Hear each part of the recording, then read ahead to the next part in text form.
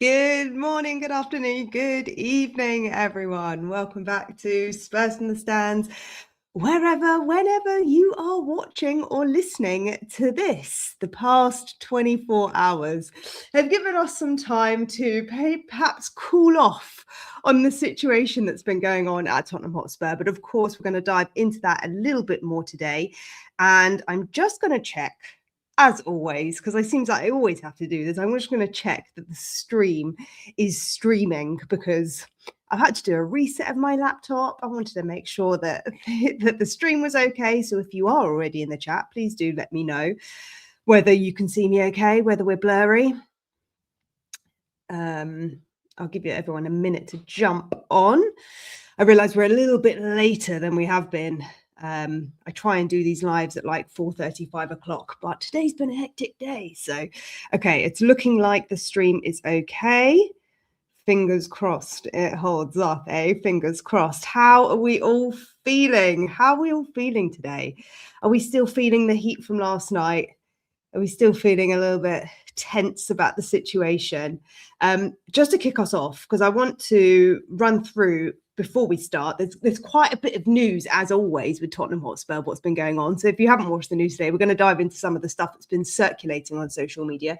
But first of all, I wanted to just welcome our newest members to the community. So Susan, CDMX Spurs fan, joined the COYS collective last night. So welcome, Susan. I also saw, Susan, that you wrote a comment on the last video. So I'm going to cherry pick some comments from our members as well in this video. So welcome to you. And I also noticed that Simon Bathe 9893, I'm very sorry that I didn't give you a very warm and hearty welcome to the COYS collective community.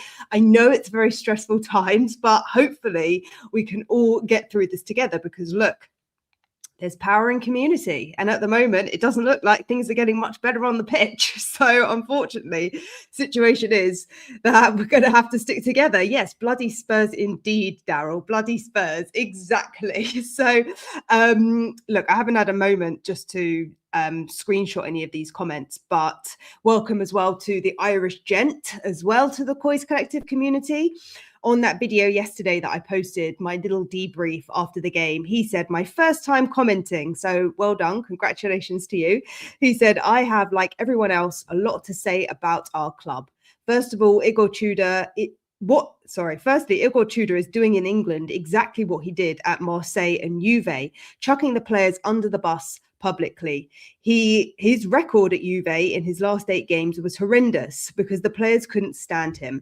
I love the angle you're coming from, Sarah, in regards to mindset. It's exactly that. These players cannot cope with the pressure. They have not got that survival instinct. Far too many of them know, regardless of what happens to the football club, they will be off to pastures new in the summer. I honestly fear the next few weeks, our only saving grace is West Ham and Forest not winning enough games to leapfrog us. Stressful times at Tottenham at present. COYS. So thank you very much, the Irish Gent. And I think we're all with you. I think we're all feeling exactly the same. How are you guys feeling in the chat? I think a lot of people are thinking exactly the same about the situation. And unfortunately for Igor Tudor, as we always said at the very beginning, he was walking into a house that's on fire. You know, he was walking into a situation that he well knew was not going to be an easy job. So I agree with parts of this, the Irish Gent. Sorry, I haven't had a chance to reply to you, but I do agree to parts of this. But look, there's no way of really telling why the collapse at Juve really happened, and they haven't improved themselves since he's left. So arguably, you could say that the situation has prevailed. And look, a lot of these problems with clubs who have a recurring manager bounce is that sometimes you have a manager changeover, but it doesn't actually change anything within the club. And that's because the problems within the club are so ingrained or so complex that unfortunately it's not down to one guy who's going to be able to fix the problem. We always said Igor Tudor was just another guy off the blocks coming in to try and fix the situation. And in some respects, I feel for him, but in other respects, you know, it was his tactics, unfortunately, yesterday, in part, that let the team down. So we're going to dive into a little bit more about the tactical stuff as well. Susan, so welcome to you, as I just mentioned. She said, I believe our players are a large part of the problem. So this is by contrast of what the other comment said.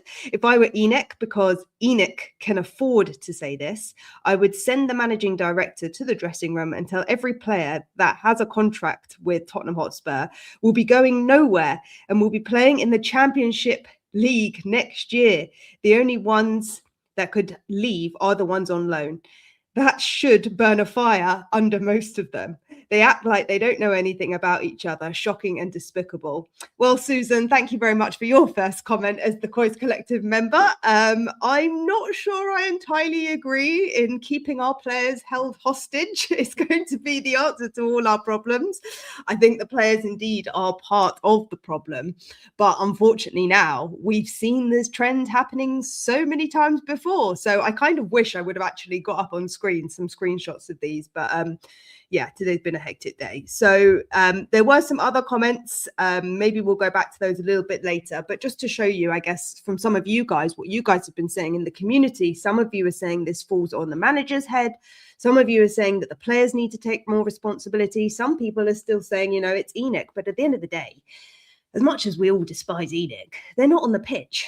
You know, they can't score a goal for us. You know, it's the players on the pitch who are going to do that. So let's dive in firstly to the game yesterday. Then I'm going to talk about the fallout. And of course, there's been a lot of noise about Igor Tudor's potential sacking already, which is quite crazy considering the guy hasn't even been here for 3 weeks. There was also a fallout from Vicario as well. The officials, the UEFA ban, which has now happened. So it's all kicking off at Tottenham Hotspur. Welcome to everyone. No, you're not late. You're just on time, Broadbean. You're just on time. We've just kicked off. Hi, Niall. Hey, Spurs are in huge trouble. I hope you get out of it. I know nobody is too good to go down. You're a massive club and you need Spurs in the Premier League. Well, let's see. Let's see what happens. But yes, please do like, subscribe, share this video because we are on the march to 3K and I'm hoping we can get there by Thursday. So please do like, subscribe and share the love. Right, let's dive into the game yesterday because look, as always, one of the things I find so tricky these days talking about the games that happen is that they are just so bad. I almost feel like we're unintentionally picking holes in the team. But the reality is when you have nothing to sing and dance about, the only thing that you can observe and analyze about the game is how terrible it was. And I think for most people watching, of course, I was on the pre-match pump up yesterday on We Are Tottenham TV, and we were all so optimistic. You know, we had our heads held high. We were excited about the game. We were thinking, you know, maybe this is the game that Spurs can get and win.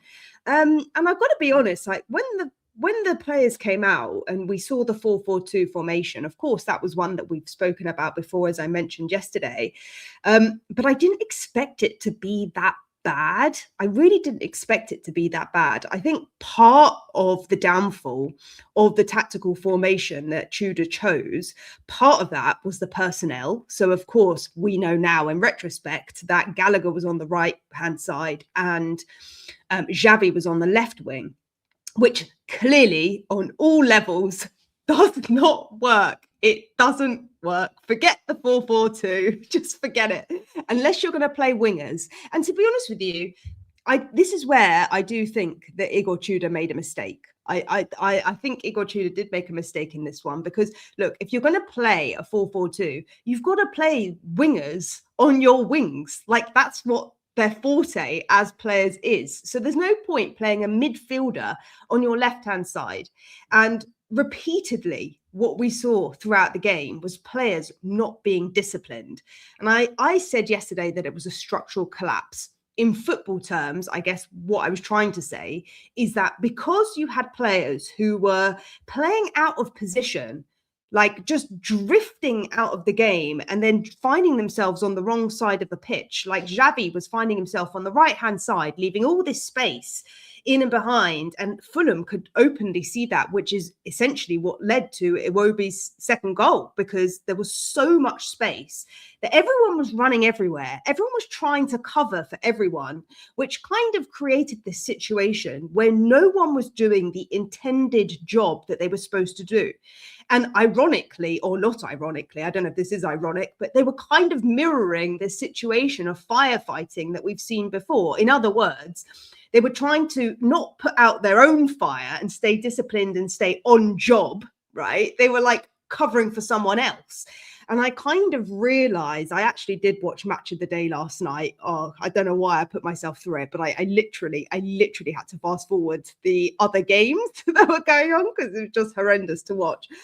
But one thing that they pointed out repeatedly, what kept happening was Mickey van der Ven specifically was trying to cover for Dragusin. He was trying to cover for other players on the pitch who weren't doing their roles. And as a consequence of that, there was moments in the game where crosses were being played in and both Dragusin and Van der Ven were clearing the same ball, which just left so much space behind. And this all comes from a lack of discipline. You cannot tell me, and guys, please, in the chat, there's like over 50 of you here, but please tell me if I'm wrong about this. Because I don't believe that these players spend all week training, they get onto the pitch and they just forget everything. Like you can't, how can you blame, yes, the tactics were wrong, but can you blame the discipline on the manager when the players have not been disciplined for the past 3 seasons and arguably even before that under the last 5 managers? Like, I don't know whether these players have a problem with authority, whether they just don't think that whatever the system that the next manager is going to bring in is going to work. And so by default, they're just going into a game and just throwing the script out the window before they even kick off. Like, it just baffles me. It honestly baffles me.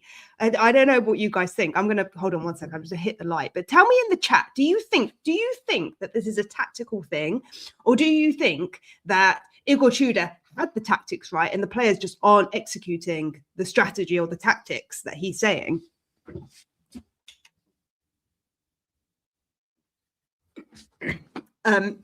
Because for me, I struggle to believe it. Square pegs and round holes.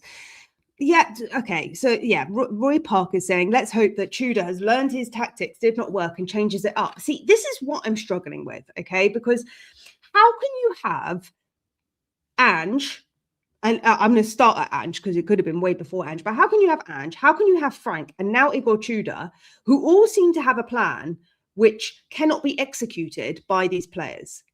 Like, it just doesn't make sense to me. Like, the only thing that I'm thinking is that the players are just not listening, whether they have a lack of belief, whether they just have given up and they don't have anything left in the tank. And I mean, like mentally, because you could see yesterday the stupidity of the tackles that were going on. I mean, Paulinho basically tackling himself, Vicario kicking the ball into the stands, just from top to bottom. Mawani just like gave up. I don't know. He's already back in France. He's like, he's probably not even in France. He's probably at the World Cup already. But it just baffles me how these players can be. Yes, the formation wasn't great, but even still, surely you can get a tune out of the squad. Surely. Because the only reason why he changed it tactically, because you have to ask, why did he set up this formation, is because last game he tried a different formation and that didn't work either. So the 3 at the back didn't work. So he went 4 at the back. And then second half, he changed it a little bit. And then against Palace, we're probably going to see a whole other formation. And I sincerely hope that Tell and Richarlison are going to start that game, and maybe even Kinski at this point, because I think that Vicario has been overthrown. I think Vicario, unfortunately, has lost so much confidence that I think that, unfortunately for him, he's been stripped of his vice captaincy responsibilities, because we haven't seen anyone except Mickey van der Ven be the captain. And unfortunately, Mickey, I don't think, has been a captain in a game where we've actually won. Like, can anyone tell me one game where Mickey's been captain and we've won a game? I just think that Mickey is not ready to be captain. I do not think Mickey's ready to be captain. Please tell me, guys, in the comments if you think that I'm wrong. But I just think that he hasn't got, at the moment, I think he can be a great captain someday, but I just think when you need a captain to step into a sinking ship situation, you need someone with a bit more, I don't know if it's discipline or authority, or I don't know what it is, but I just don't think that Mickey's the guy to be captain. And I'm sorry to say, I'm not saying Mickey's a bad player. I'm just saying I don't think Mickey is ready to be captain. What do you guys think to that? I'm even thinking that we should change the captain for next game. Maybe you do put Vicario back as captain to give him a bit of confidence so he can at least dictate from the back line. I can't even see Vicario shouting anymore because he's just lost the plot. And of course, just to bring in some of the fallout of all of this, Vicario, there was an article today, and I'm sure you guys have seen this already, if you're complete football nerds, a bit like me. But the article this morning from Alistair Gold, which was published at about 10 a.m. this morning, said that the Premier League take decision after controversial Tottenham post causes uproar. Now, of course, what happened was they posted the video of Vicario kicking the ball into the stands. And I don't know, it must have been so viral because it had 500,000 views on Twitter by the time it was taken down at 10 a.m. this morning. So I just think that I understand the position that the Premier League, should be protecting its players, but we have to be asking ourselves, and the question I'm asking is, why did the club force the Premier League to take that down? And I just think that in and of itself has affected the player confidence even more. And the last thing we need right now is the Premier League taking the piss out of us. Like, I think that's really, really poor taste from the Premier League, I've got to be honest. But then again, they do it to a lot of other clubs. So are we any different? Do we, deserve the pardon to not post that? Because it was appalling. But it said, Spurs fans were raging at the inconsistency. We've obviously covered that, and we all know by now that push should have clearly been a foul. But it said on X alone, the post was viewed just under 500,000 times, with the Premier League account having around 45 million followers. The Premier League's TikTok account, which had just under 25 million followers, also have said to posted the clip. So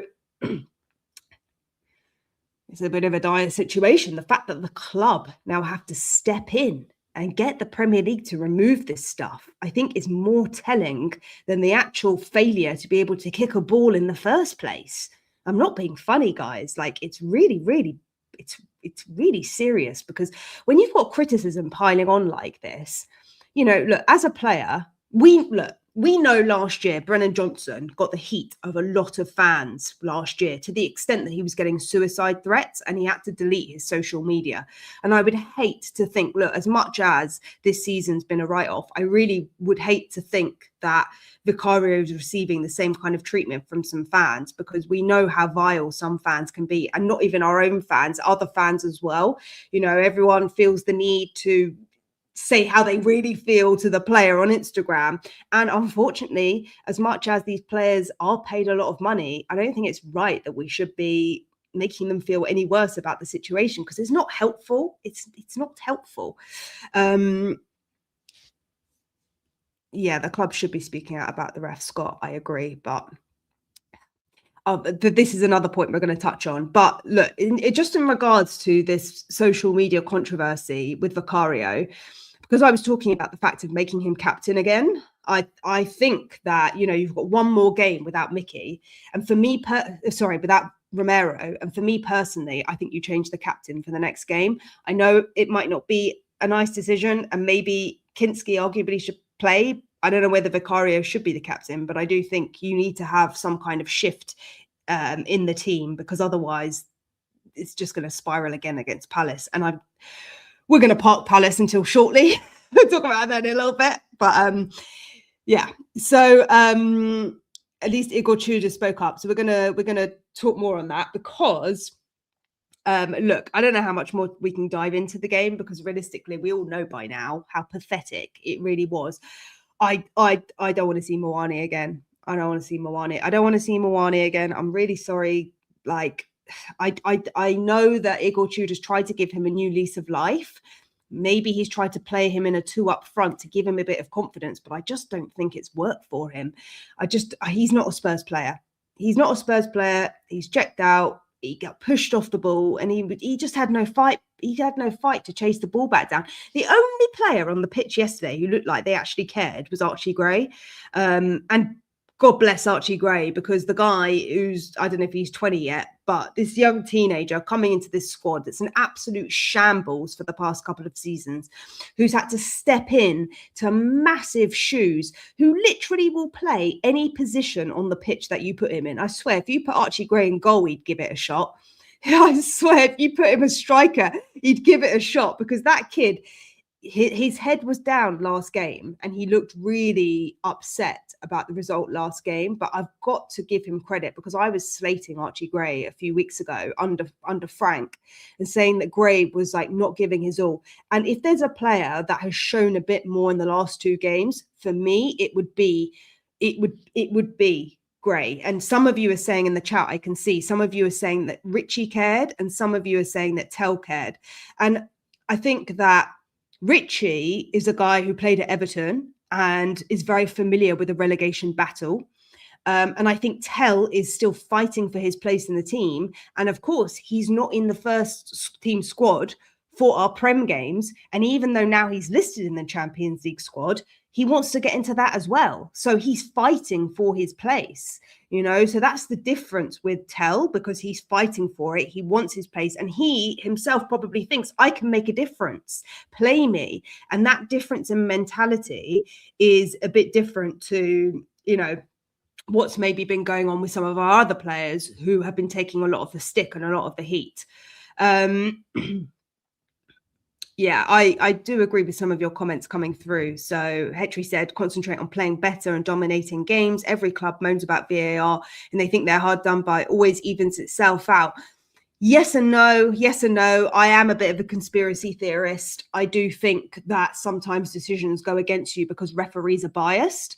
I think that referees are human beings at the end of the day. And I do think that bias plays a role. You know, as a referee, your job is to remain unbiased in a situation like that, but it's so clearly obviously a foul. I mean, how can you not say that that push was a foul? Even if we were going to say that we were going to lose the game, I'm sorry, you can't say that that's not a foul, because anywhere else on the pitch, that push is a foul. And of course, we know that because Igor Tudor had a few things to say about it in the interview after the match. And I don't know whether there's going to be fines or repercussions because of that. But of course, we now know as well, on top of that, that in terms of just like looking at the club at large, we now know as well that Tottenham Hotspur have now received a fine by UEFA and the Champions League. So they've received a ban and they've received a fine. So essentially there was 3 stupid fans. I'm saying stupid, not the article, but I just think this is unnecessary. But 3 fans decided to Nazi salute in Frankfurt last month. And as a result of that, Tottenham Hotspur have been fined €30,000. And there is a ban. Okay, I'm going to read this to you because it's a bit complex wording, but it says the CEDB confirmed that they have decided to fine Tottenham Hotspur €30,000 and to ban Tottenham Hotspur from selling tickets to its away supporters for the next one UEFA competition match for the racist and/or discriminatory behaviour of its supporters. Said ban from selling tickets to away supporters is suspended for a probatory period of 1 year, starting from the date of the present decision, to fine Tottenham Hotspur £2,250 for throwing of objects. So essentially what they're saying is there's been a fine for €30,000. But in addition to that, there is a ban on the sale of away tickets that will not be against Atletico Madrid. However, we are on probation as a club for the next year. So in other words, from what I understand, this is a bit of a grey area, but from what I'm understanding, if an incident like that were to happen within the next year, and of course, we might not be in Champions League much longer anyway, but if that were to happen, let's say next game, and we manage to get through, then there will be no away supporters at our Champions League games. going forward. So those 3 fans have been banned for life from the club, from what I understand. It's a really sad situation. However, I'm not even surprised. I'm not surprised because, as we've said before, when you have negativity, it attracts more negativity. And look, I wouldn't be surprised off the back of that. Igor Tudor also gets a fine for his comments against the referees. I wouldn't be surprised if the fan that was waving the picture of Declan Rice's girlfriend in his face when he was taking a corner, which led to a goal, I wouldn't be surprised if he gets a ban or a fine either. So there's a lot of disruption going on inside the club, a lot of frustration from fans, which is spilling over into the pitch and effectively is going to financially have sanctions on the club and potentially even bans in future. So I know as fans, we lose our heads, and they're probably not fans watching this channel, but it's just a sad state of affairs when you have a banning policy, which is now coming to the point where potentially away fans aren't even going to get to enjoy going to a Champions League game, you know, and potentially what could be our last Champions League game in a very, very long time. Let's be honest about it, guys. So yeah, it's really sad to see. But I think it's important to talk about these things because it's in and around the club. It's affected, or it's being affected by, you know, the frustrations that are spilling over on the pitch. That's what's happening, you know. So some of you are saying, let me just have a look at the comments. Okay. So some of you are saying that the ref's decision, you know, the push wasn't significant enough. Last week we heard that 2 hands on someone's back is a foul. So we might say it wasn't a tough push, but that's what they told us. That is literally what the referees told us. So if the refs are setting the parameters, then they have to continue with that and keep consistency. I'm not arguing about the fact of whether it was a soft push or not a soft push. You know, if foul was a foul at the end of the day, if it was a foul last week, it's a foul this week. Same thing. It's exactly the same thing. You know, you can't tell me that it was a soft push when it was given in another game. It's the same situation. You know, why is it one rule for one club and another rule for other clubs? Why is that the case?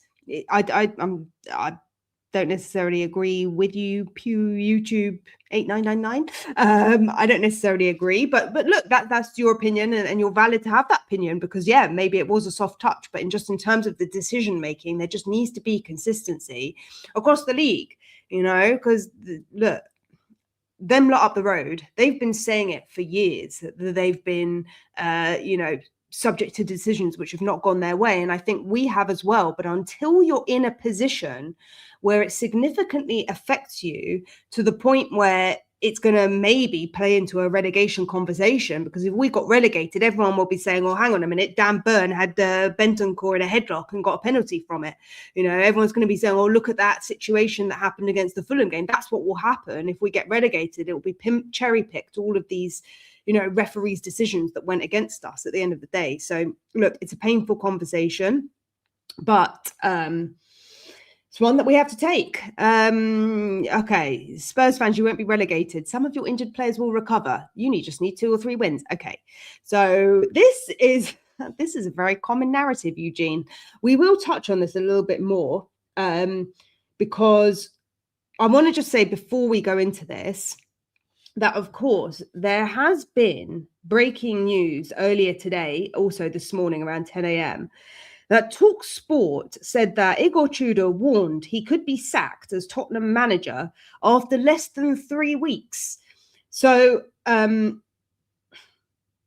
was sources, and I don't mean the ketchup kind, but there are sources who have been claiming that Igor Tudor has bitten off more than he can chew, and he has been consigned to his second defeat.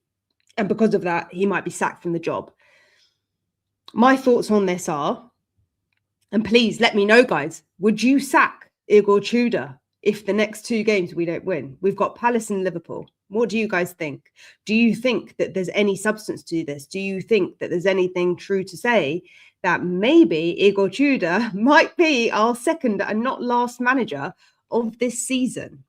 I'm curious to know how you guys think about this. Because for me, look, Igor Tudor has been bought in. He has been bought in to make a change. And the thing is, as much as I like the way he speaks, if you cannot get a tune out of the squad, that's it. That's your bed, isn't it? That is your bed.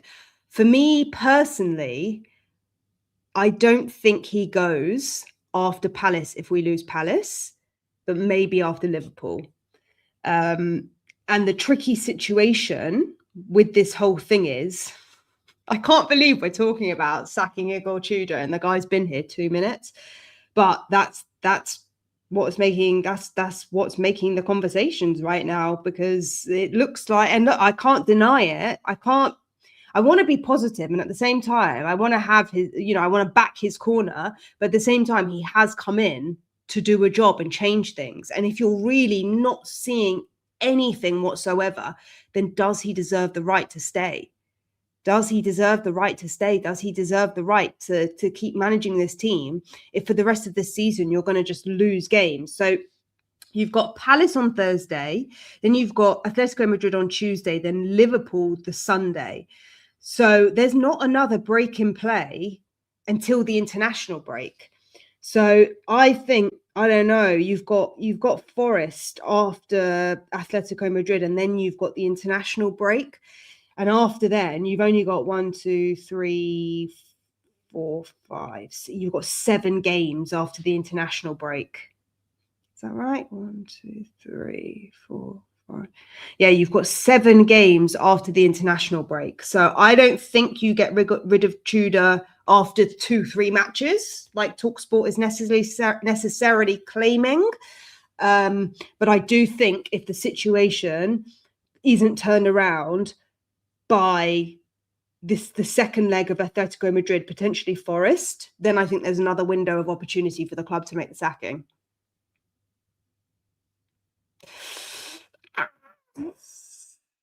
What a time to be alive. What a time to be a Spurs fan. Oh my goodness. Yeah, and this is the problem with firing managers. This is the problem. Different manager, same situation. And you know what, guys? There was a screenshot or like a clip of all of the games that we lost last year. So all of the teams we have to play coming up for the rest of this season. We lost against them all except Everton last year. Everton was the only game we won 4-0. So every single team, and in terms of fixtures, whether it's a home or away, the direct comparison was we have lost every single one. Every single one. So it would be a mean feat for this squad of players, especially given the fact that we don't have some of those players we had last year. Given the fact that they're not going to be playing, the morale is even lower than it was last year, and we're playing in a harder competition in Europe. I just can't see us getting any of those wins, which we think we're actually going to get. And look, I'm trying to be balanced and I'm trying to be positive, but the reality of the situation is, guys, I think whoever you get in the helm, whoever you get at the manager of this club, and Igor Tudor is just going to be another manager by the wayside. It's going to be like Stellini take 2. It's going to be like Stellini take 2. And this time you haven't got Ryan Mason to come in, and we weren't in a relegation fight. So it's going to get really sticky, guys. And I can see you guys in the chat. Yeah, pure panic stations. Pure panic stations. But look, this is what's coming out of the club. This is what's coming out of the club. The club is literally saying, if he cannot get a tune out of this squad, he's going to get sacked. That's wild. I knew there was a reason why I started this YouTube channel. Divine intervention. The universe knew what was coming. But no, in all seriousness, it's I think Thursday night now is just so much more of a pressure cooker. It's just, and unfortunately, when you have a situation which is under even more pressure, it doesn't bode well in terms of helping the squad win a game. That's what we need. We just need one win. We've forgotten how to win games. Honestly, we've forgotten how to win games. That's how sad this is. And when you forget how to win games, your confidence is so low that sometimes all you need is that one win to break the cycle of, or the spiral of decline, you know? So it's a tragic situation. Welcome, Kamzoa. Welcome, Kamzoa87. Welcome to the COYS Collective Tribe. I hope that you can find some solace here amongst this fabulous community that we have, because everyone is very lovely. But in all seriousness, you know, I think that the people in the chat are generally quite, not optimistic, but I feel like most people are quite measured. We all realise and accept the fact how much of a dire situation this is. Unusual for an interim to lose first two matches in charge. Yes, Wolf Mauler, I agree. It is unusual, but it wouldn't be so unusual for Tottenham Hotspur now, would it? And I think that the question is why. Do you know what I mean? The question is, why has that happened? Why has he come in and we had 2 weeks? You had 2 weeks off. You had 12 days. The players were not even in the freaking country. They were on holiday over Valentine's Day. They were with their loved ones. They were sharing time with their kids. They were getting their thoughts collected. They had a manager bounce. They come back in, and that first game they lose.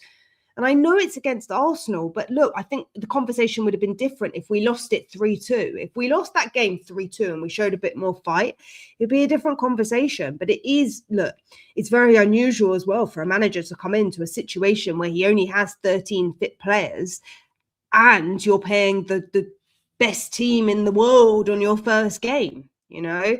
But even still, you've got to show more fight than that. You've got to show more fight than that. It's a tricky situation.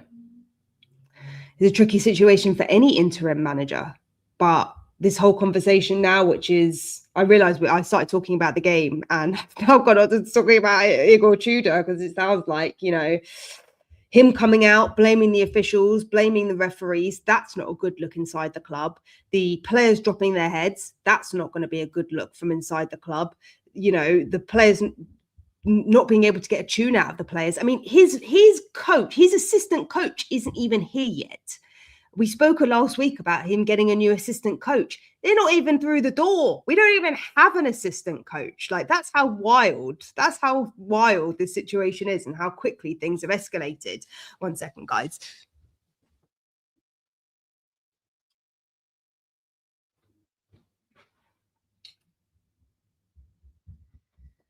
Yeah, but that's how wild the situation has got. So spiraled so quickly because we have no patience. This club has just run out of patience, and I think the players have probably run out of a lot of patience as well. Look, I don't want to get too sidetracked by the comments. So look, we've covered a little bit of the game, of what we could, considering and given the fact that the game was diabolical. We're going to say that. We also spoke about the fact that Vicario's goal that went viral has been taken down from social media. We also spoke about the fact that Igor Tudor has come out and slated the officials, which is not a good look, both for the club and for him individually. Will Igor Tudor still be in the Premier League next year? Who the hell knows the answer to that question, as I said yesterday. We've spoken about the UEFA ban. So look, all of these news stories that I've been talking to you about have literally all been so negative. They've all been so negative, and that's just a reflection of the negativity that's going on inside the club. You know, I think the fans yesterday were amazing. The fans of, like, I think even for me, you know, I'm going to the game on Thursday. Don't ask me why. But if anyone wants a ticket, you can now buy 4 tickets. You can buy 4 tickets. The club can't give them away. Literally, the club can't give them away because BetMGM did a bloody competition to get rid of the tickets. Even Spurs did a competition giving tickets away. Crazy. No, but in all seriousness, I think the fans have realised now. I think you could see that in the Arsenal game. In the Arsenal game, the fans were definitely behind the team a lot more than we have seen, unfortunately, by the 60th minute, when you're 3-1 down, like you've got nothing to cheer about. But I think the fans yesterday, the away fans, they did the best that they could.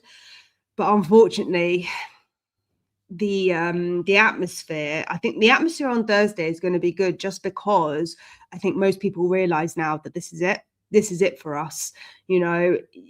Yeah, the Irish gent summarised it perfectly. It's just caught my eye. But it's stress upon stress. The players look petrified every match. A bit of advice from Mr. Tudor. Play a 4-4-2 with balance. Sousa left, Archie right, midfield, Solanke and Richie up top. Yeah, 100%. 100%. I couldn't agree with this more. And this is what I was saying. Look, I know that maybe I should redo. I was thinking maybe I should redo that video that I did about the injury crisis, because maybe I could have described it in a better way. Yeah, I think this is the problem. Like attracts like, isn't it? So if you've got like a negative sentiment around the club, what you're attracting is just more and more of that, which is just more and more stress individually on the players, collectively as the squad, and it seeps into the manager as well. It seeps into the coaching staff. It's just a virus that seeps everywhere. And look, this is how players get injured, because they're stressed. They hold that in their bodies at high performance, at high elite level. This is how you get injured. And look, Jed Spence, I don't know what happened with Spence. I reheard it was a calf muscle. I said yesterday that it was his groin strain, but I'm hearing now that maybe it was a calf muscle. So I'm not quite sure on what Spence's problem is, but he's not the only one, is he? So yeah.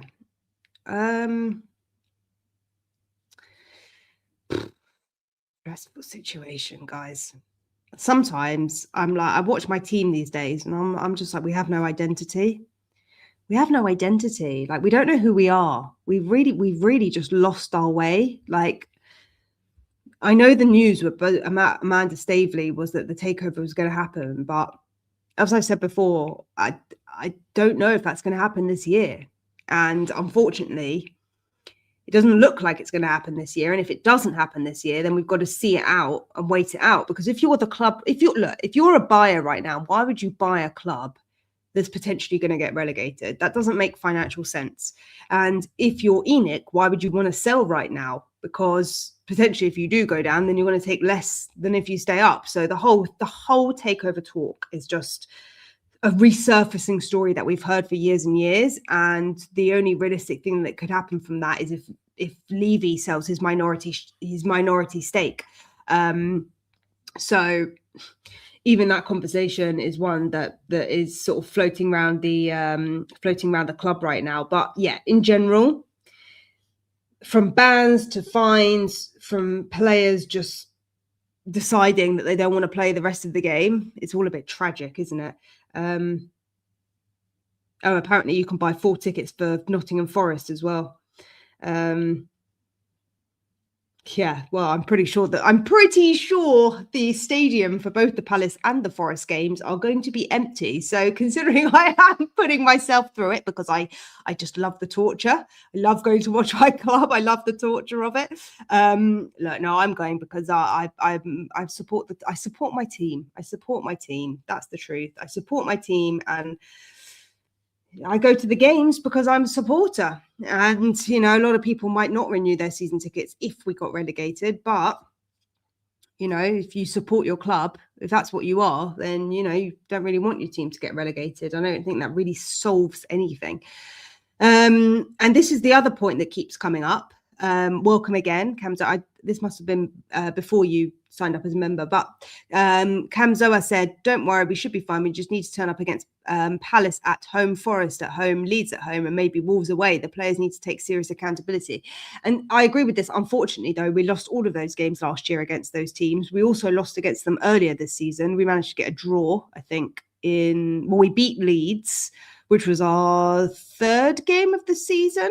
And Wolves, we didn't win. So it's going to be a tough ask. The only one of those that we did manage to beat is Crystal Palace, but I think Palace are in their own turmoil at the moment. And so that's probably going to be like a 0-0 stinker or something, but not that I want that, but I could just see that happening. But exactly. If we are to look at this positively,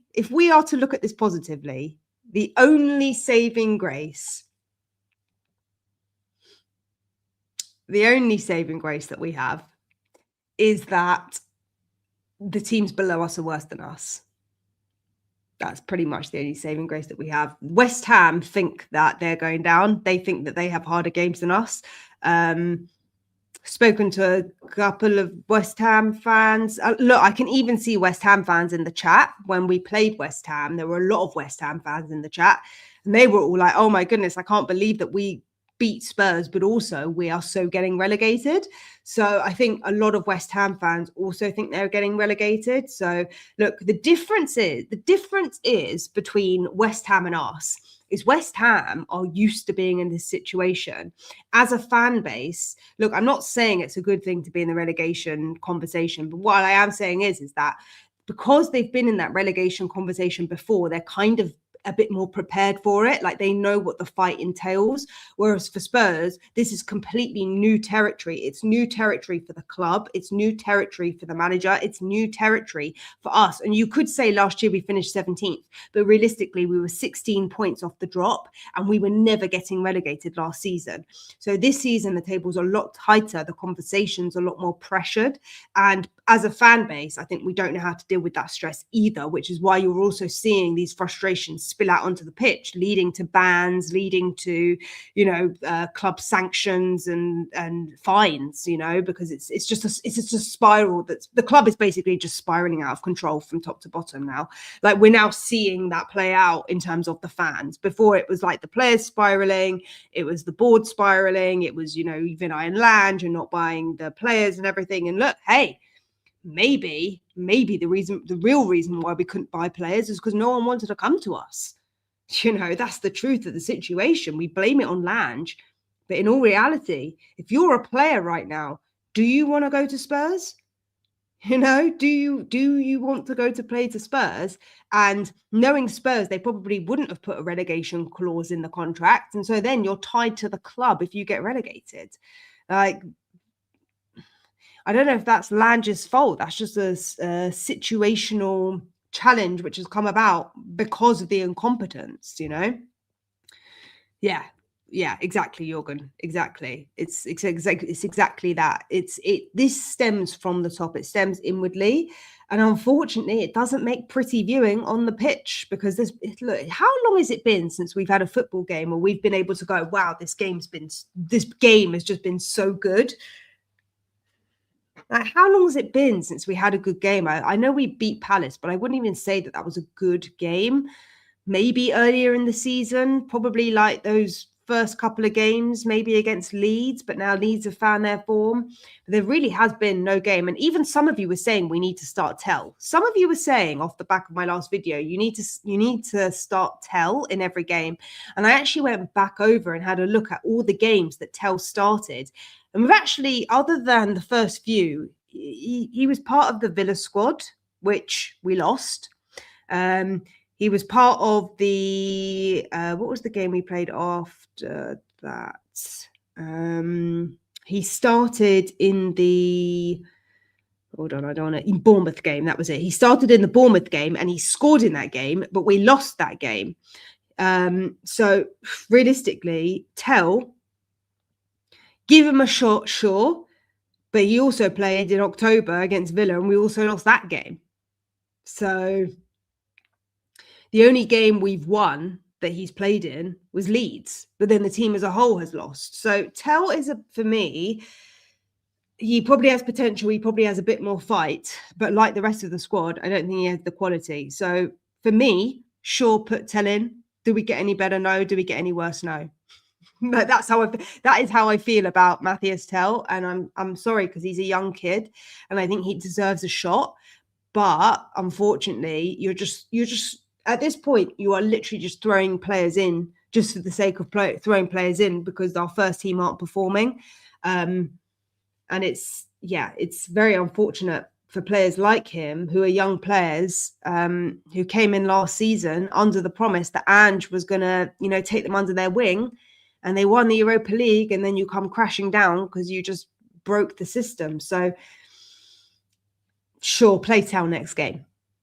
If that's what the fans want in the comments, I mean, I can see that there are some gooners in the chat. I don't know if the gooners are saying, the ones saying play Tell, but look, you've got to change something. You've got to change something. You know, you can't keep doing the same thing over and over again. The problem is Igor Tudor is changing it and it's still not working. That's the truth. Igor Tudor, he's changed the formation. He's changed the style. We did one-on-one man marking yesterday. We couldn't even get that right. We couldn't even get one-on-one man marking right. Like, we were just hustled off the ball again and again. Like, I don't know what these players are doing. I really don't know what they're doing. I can't even, at some point, like, you know, I don't know. It's a tricky situation. It's a tricky situation. I'm just thinking, like, Tell's attitude on the pitch is astonishing, considering what he's put up with at this club. Yeah, but he wants to get played. He wants to get played. He probably wants out as well. And do you know what will happen? We'll probably get relegated, get rid of the, I can't even think, who is our left winger? Who is our left winger? Guys, who the hell is our left winger? Ahead of Tell. I don't think we even have, do we even have a winger? What the hell is happening? I guess Odebear maybe, but isn't Odebear more of a right winger? I don't know. I've forgotten who even is our squad these days. I'm just looking. Who starts in front of him? Probably no one. We don't even have a left winger. We literally don't even have a left winger. Do you know what? I might even say, actually, I've just thought about it.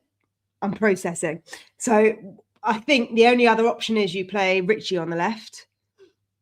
Maybe you could play Richie on the left. Play Solanke up top and Richie on the left.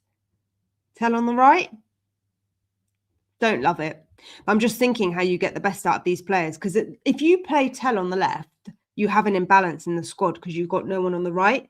We know Gallagher doesn't work on the right. So who can you put on the right? You know, and that is the problem that any manager, whoever you bring in, is going to have, because how you set up is dictated by the availability of the players. And what's clear by both Frank and Igor Tudor is that you don't have the defense and you don't have the attack. So tactics stink, sure, but you haven't. What the hell's a winger? Yeah, exactly, Wayne. Exactly. What is a winger? We don't have any wingers. Mikey, do you know what? Speaking of Mikey Moore, he had the game of his life yesterday. He had the game of his life to the extent that I think QPR fan, Rangers fans, I don't know why I say QPR, Rangers fans were saying that he was man of the match, or he should be man of the match, and they want to keep him for another year. They want him for another year. They don't want to give him back to us. Mikey Moore. I'm looking at, I didn't watch the game. According to FOTMob, he didn't have the best game. But from what was going around on social media was that Mikey Moore is like they're one of their shining stars, and they want him for another season to get some more consistency. But yeah, they drew the game yesterday. And I think they play Celtic again this weekend in the Scottish Cup. So it'll be interesting to see if Mikey Moore does do anything in that game. So I wouldn't put Moore in this squad at the moment, because I think it's just player suicide. You need an experienced player there. You need an experienced, like you've got Kudus on the right. Who the hell is Kudus? Where's he gone? You need an experienced player on the left-hand side as well. You know, you need to have that balance. So Mikey Moore and Tell for me are probably the same level. That's what I think. I think they're probably the same level. Spencer's out as well. That's what we're hearing. Yes. Well, he wasn't in the squad yesterday. He wasn't on the bench either. So I think that Spence is strain. Well, we heard groin strain. Then we heard. Hold on. Let me just check. Then we heard today it was a calf. I don't know if there's an injury update. It just said he's ruled out. I don't think we know why. The latest return date. Oh, apparently it's a fresh problem, according to the Standard. Apparently, Jed Spence. Calf injury, fresh problem, fresh injury concerns. It remains unclear whether he'll be able to return for the next game. I think we did have speculation that he would be in for the next game, but it sounds like that. Look, this is a recurring problem, guys. How many times have we said this? How many times have we said this? Yeah, thanks, Tudor and Soulful. You're full of soul today, aren't you? No, but yeah, it's true. It's true. That's why I say I think Mikey Moore and Tell are the same kind of level. Calf soreness. Yeah, I don't know.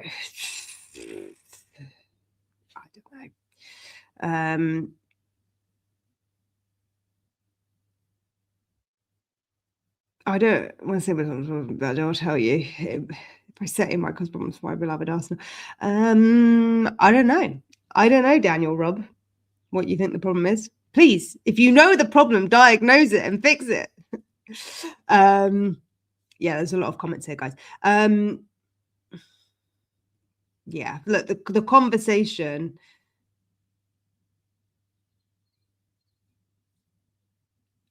I don't know. Some of these comments are a bit weird. Yeah, ENIC are making us a total laughing stock.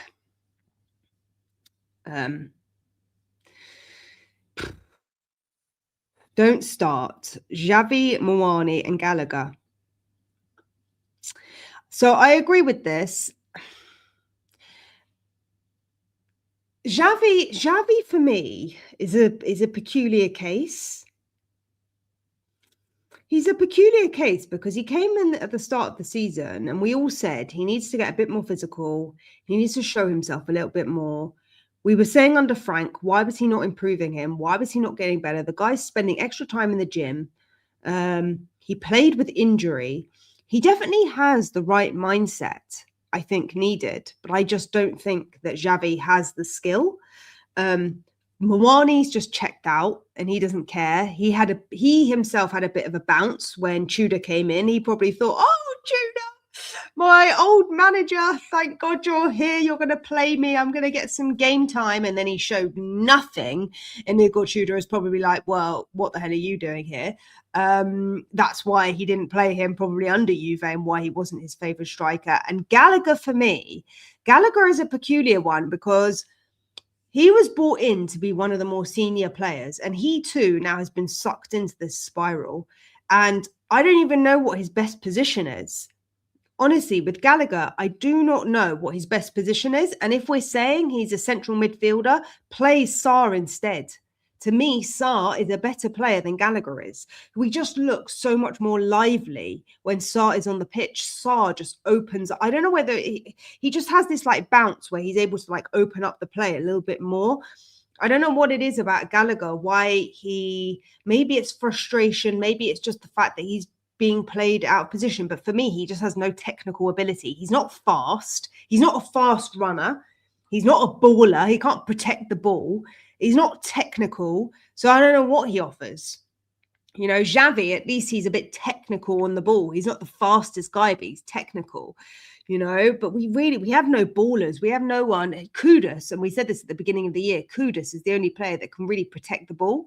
But even Kudus, he's out injured and we don't know when he's going to be back. So we heard it's going to be after the international break, which is after the next 3 games. That'll be after the Forest game. But for me personally, even if you put one player in, you're damned if you do and you're damned if you don't. And equally, if you change too many players, you're going to cause even more disruption. Because I was thinking about it last night. I was thinking, what about if you played Kinski in goal, you took out Dragusin, you went back to a back 4, and you play Sousa, you play Mickey van der Ven, you play Romero when he's back, and you play Pedro Porro.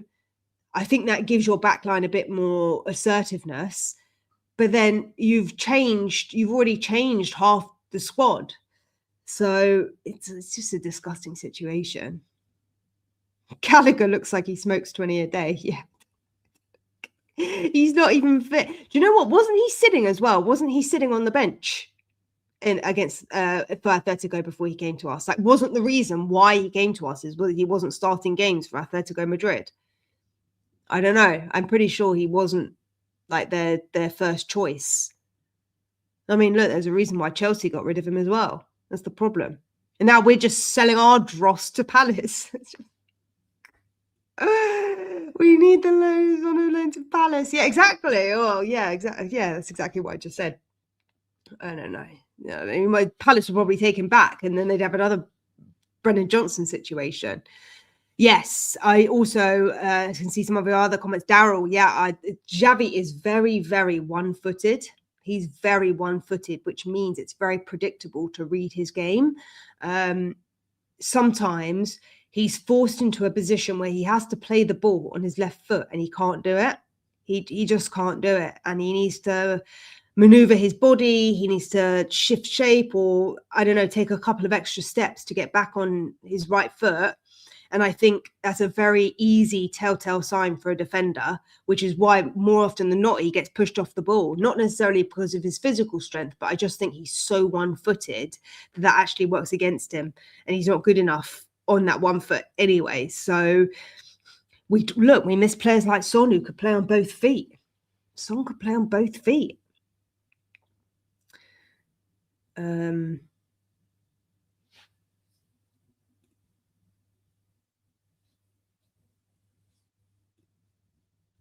I'm gonna. How do I put someone on timeout? I've just put someone on timeout. First time I've ever done that on here before. I don't know how I undo that and how long the timeout's for, but just a lot of spam. So I thought I'd exercise my power. Exercise my power to put people on timeout if you're going to make stupid comments. But yeah, what will it take for Byfield to get a match? I don't know. Our under-21s also lost yesterday against Liverpool. Just to throw that in there as well. Because if we're talking about the just the feeling around the club in general, your youth team train your academy players, from what we saw from the training video, was a lot of them are training with the first team.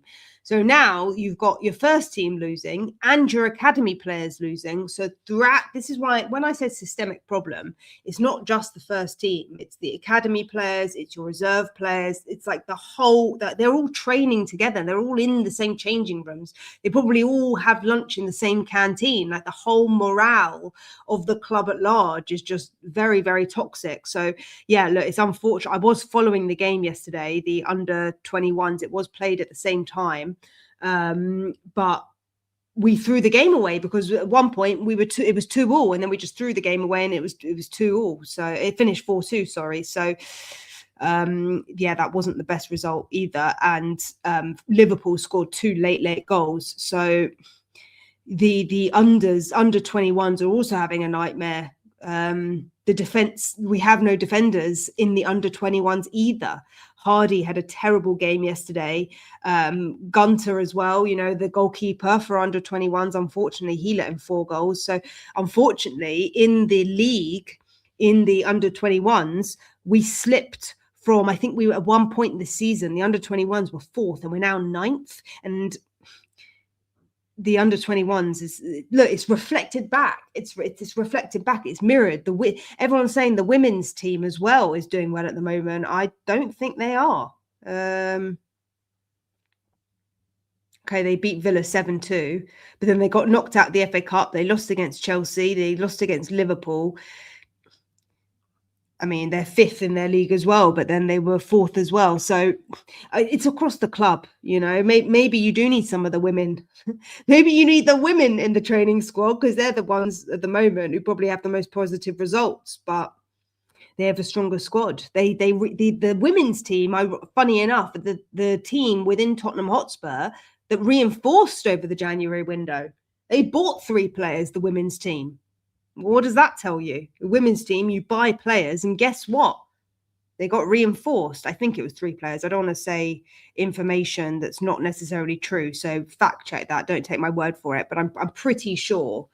I'm pretty sure that the women's team did buy at least 2 players over the January transfer window. So just goes to show you.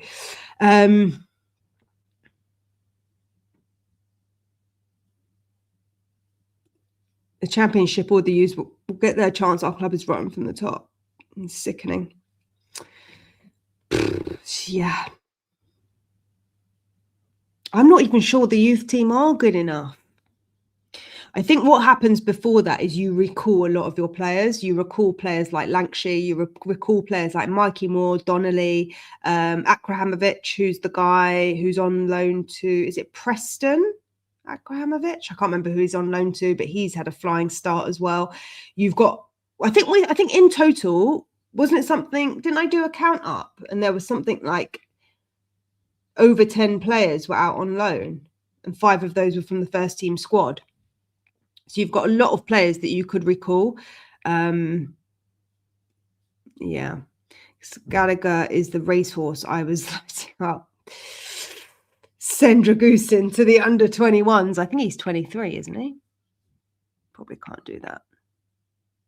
Tottenham women have a great mentality. Yeah, they do. Unfortunately, they still lose games, but we need the women's mentality, unfortunately. But the atmosphere is completely different. The women's game is obviously very different, but 4 and alone. Sorry. Okay. The women's team bought 4 and alone. Oh, yes, I remember that they were Nordic players. See, there you go. You get 5 players in the women's team, and look what happens. You beat Villa 7-2, 7-3. I mean, you also lose, but, you know, we can forget about that, you know, bias reporting and all of that. But no, it's true. If you reinforce the squad, you bring in new lifeblood to it. And we haven't do that. Can your dad play left wing? I don't know if my dad's watching, but no, my dad plays goalkeeper. My dad's goalie. He likes to play goalie and 5-a-side, I think. Yeah. And the only technical ability that I can bring is diving. So no, not diving, not like diving on the pitch like Paulinia. I mean like scuba diving. So hold your breath. That's probably about, don't hold your breath. That's what they teach you in scuba diving. So I don't know, but no, unfortunately not a left winger, but I don't know. Igor Tudor's a defender. Maybe he can come on the pitch. We look slightly better in specific and niche areas. None of it gave us even a single point. What is the entire point of playing? Relegation battle is not just real. We will struggle to avoid it. So honestly, if you want my honest opinion, I think we need to stay positive. Not positive in the fact that we're going to win more games for the rest of this season. I think we have to accept the fact that we're probably going to lose pretty much every game from now until the end of the season. If we're lucky, maybe we get some points against Palace. But realistically, it's going to come down to the Everton game on the last day, in the last game of the season.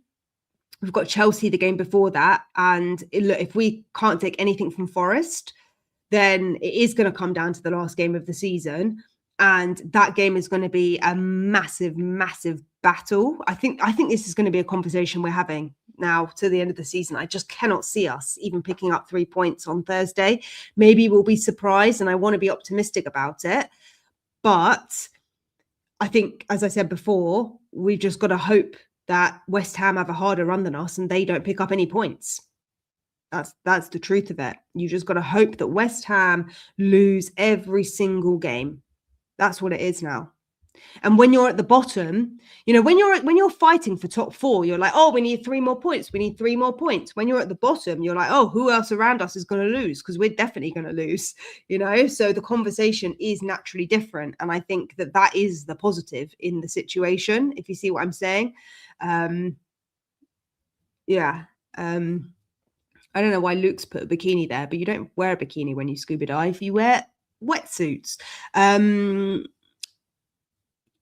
Yes, and I scored 4 Sunday. We still lost. Oh, there you go. My dad's in the chat. Who was it before who said Elaine asked if you can play left wing. So my dad said, yeah, he was in goal, but he still conceded 4 goals. We'll keep Vicario. Thanks, Dad. We'll keep Vicario. I think. We can defeat Crystal Palace. That's really optimistic. I hope so. The only thing is Crystal Palace have not scored more than 1 goal, I think, this year. Well, they haven't, at least this year, they haven't scored more than 1 goal for a very long time in a game. And we've conceded 2 goals in our last consecutive 8 games. So the only thing that we can hope for is Crystal Palace can't find the back of the net. I should reinforce that. No, that's not even true, because they scored 2 against Burnley. Who came up with that stat? Someone, do you know what? Sometimes I see stats and someone's pulled me up on some of the stats I've said. Because there was something circulating yesterday that Radu Dragusin has he's played 24 games and he's only won twice. And that statistic that was going around yesterday is not true. It's not true. He actually won 5 times, although that's nothing to sing and dance about. But the statistic itself was not true. But I'm now reading, because someone said that Palace have not scored more than 1, but they scored 2 against Burnley. They scored 2 in the Conference League. So, yeah, other than against Burnley, and they lost that game. They haven't scored 2. The last time they scored 2 in the Premier League was against Fulham in December. That's the last time that Crystal Palace scored 2. So Crystal Palace also haven't scored 2. So maybe that could fall in our favour. But Ashish, that's optimistic thinking. Thanks, Sarah, for the input. It's nice to hear someone give sensible input to the drama without bias or agenda like some creators out there. Even though we're in the mud, you give clean takes. I mean, I try. Look, at the end of the day, all football's opinion. I do know that there are some fans out there who want us to get relegated, but I just think that's I just think that people don't understand the gravity of the situation of what relegation actually means. I think it's one thing not to get into any European football, and it gives you a season to rebuild, a bit like United have done this season, albeit United have better players. They also bought players and they had a manager bounce. However, because they're playing once a week, they've been able to, get up their match fitness, be more focused. Unfortunately for us, we're just so distracted by the Champions League and distracted by the fact that we don't have fit players.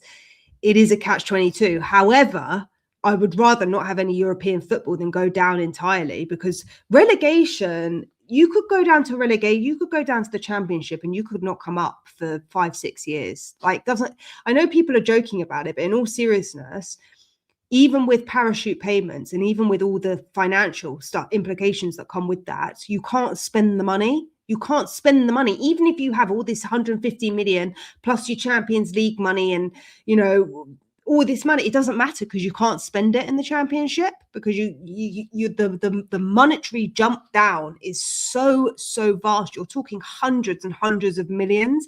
Like, you'd easily lose a quarter of a billion, 250 million just by going down. So that in and of itself is going to break a club like Spurs. And because we're not financially prepared for it, because we have loads of loans and other things, I don't think people realize, or maybe people do realize, and they're such self-haters that they would rather see us get relegated than actually face the fact that it would be better to stay in the Premier League. But I just think it's a stupid take, in all honesty. I know that's not what you were saying, but that's where my mind went to, because I just think that whole narrative about wanting us to get relegated, there's got to be other ways. There are other ways out of this mess than being relegated.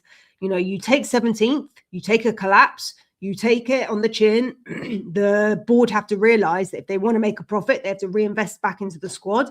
They have to buy new players and all the rest of it. But to say to get relegated, no, I think, the ramifications are so awful. We can't go down at all. Yeah, it might make the owners sell, but it doesn't mean we all bounce straight back. And this is exactly what the seat next door, me and my dad were talking about earlier, because look at Leicester now.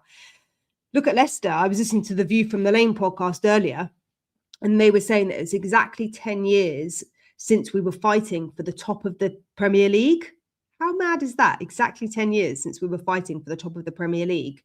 And it was the same season that Leicester won the league. And now look at Leicester. They might get relegated from the Championship, you know? So Spurs, you can win the Europa League. You can go down. You can go down again. Like, there is no promises to say, oh, it's so easy to come back up. You come back up next season. It doesn't work like that. It just doesn't work like that. You have more teams in the Championship, more competition, and there are some hard teams in the Championship. Look at the teams that have been promoted over the last few seasons. I mean, just if we were just to look in the Premier League of the teams, I was trying to do an analysis on this, but Forest, okay, they might be in a relegation fight, but you've got Leeds, Sunderland, Bournemouth were promoted not so long ago. Brentford were promoted not so long ago. Brighton were promoted not so long ago. You've got a lot of teams in the Premier League that have secured their place. And I'd bet you bottom dollar that teams in the Championship that get promoted, if they can hustle their way in after one season and keep in the Premier League, it makes it even harder if you get relegated to come back up and attract players and regain your space at the table. Like, unfortunately, that is how football works. You know, it's just that we're so used to talking about the Premier League that the Championship kind of just seems like a second-rate division, which it is, but it's still highly, highly competitive. A lot of people even compare the Championship to leagues across Europe. You know, some people say the Championship is better than some teams in Europe. So what does that say? You know? Yeah, exactly. I'm glad you guys think like this as well. I mean, look, I don't want it to be an echo chamber. Of course, there are still fans out there that want us to be relegated, but I think it's optimistic to see that there are people who have some sense and can see the bigger picture. Oh, I've just realized I've just pinned this and you guys have named names. I try not to, cherry pick individuals, but yeah, look, I was on the We Are Tottenham TV talk with Stelios. So I was talking directly to him in that conversation. But yeah, exactly. The second part of this as well. There is no guarantee that ENIC would sell. And do you know what? We talk about a fire sale, but what happens if that doesn't happen? What happens if you go down and ENIC decide, well, instead of 4 billion, we're now worth 2 billion. So now we're not going to sell. And then you're even in a worse situation, because then who's going to buy a Championship club? Get Ryan Reynolds in. Maybe Snoop Dogg wants another deal. Maybe his mates need another deal. Maybe Kim K wants to get into it. I don't know. The world is falling apart, literally. Yeah, World War III is amongst us, and it's not just happening around the world. It's happening at Tottenham Hotspur. I can't see the owners selling. If we get relegated, our value and their value would drop massively. I mean, I've heard mixed narratives. I've heard the narrative that if we got relegated, they would need to sell. But then you've heard the narrative on the flip side of that is, would they want to take a loss? Would they want to take the risk that they want to get back up to the Premier League? And the thing is, guys, if we get relegated, Pochettino ain't coming back. Pochettino is not coming back if we get relegated. Like, there are a lot of managers that wouldn't want to manage in the Championship. So then you have a different conversation about where do you go from there, because we have no manager. It's not like you have a manager at the helm who would stay with the club, because Igor Tudor's gone regardless. So then you're in a situation where you get relegated, you've got no manager, you've arguably got players who don't want to play and unhappy to play and don't want to be at the club. So it's a vicious spiral of decline. And yeah, off the back of that, you could see us going down another league seasons after that.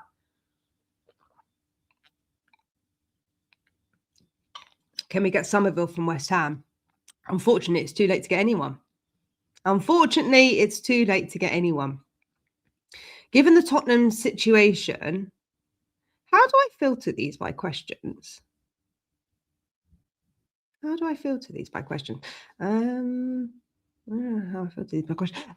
the Tottenham situation, will they take the set piece capability to win the rest of the games?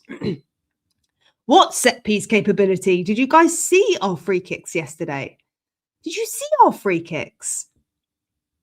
Couldn't even get them in the box. Our corners, our throw-ins. Dan Dragusin, when he was doing his throw-ins, couldn't even get it past his first man. I swear a lot of those were foul throws as well. I don't know. Danso is a better long ball thrower. I think Bergwijn is probably the best we've got, but obviously he's not playing. I can't even see us winning anything from a set piece, especially without Romero. You can see how much we miss Romero. You can absolutely see how much we miss Romero in our set pieces without him on the pitch, because he scored 4 goals before he got suspended. Do you know what? I had this wild theory about Romero, but I've actually forgotten what it was. So I'm not going to say it. But I had a wild theory about Romero. What was it? I've forgotten. I'll come back to it. If I remember my conspiracy theory about Romero, I'll let you know. I always think, it's gone from my mind. Just drawn a blank. Yeah, okay, there was something about Romero. It was something about the fact of him getting suspended after...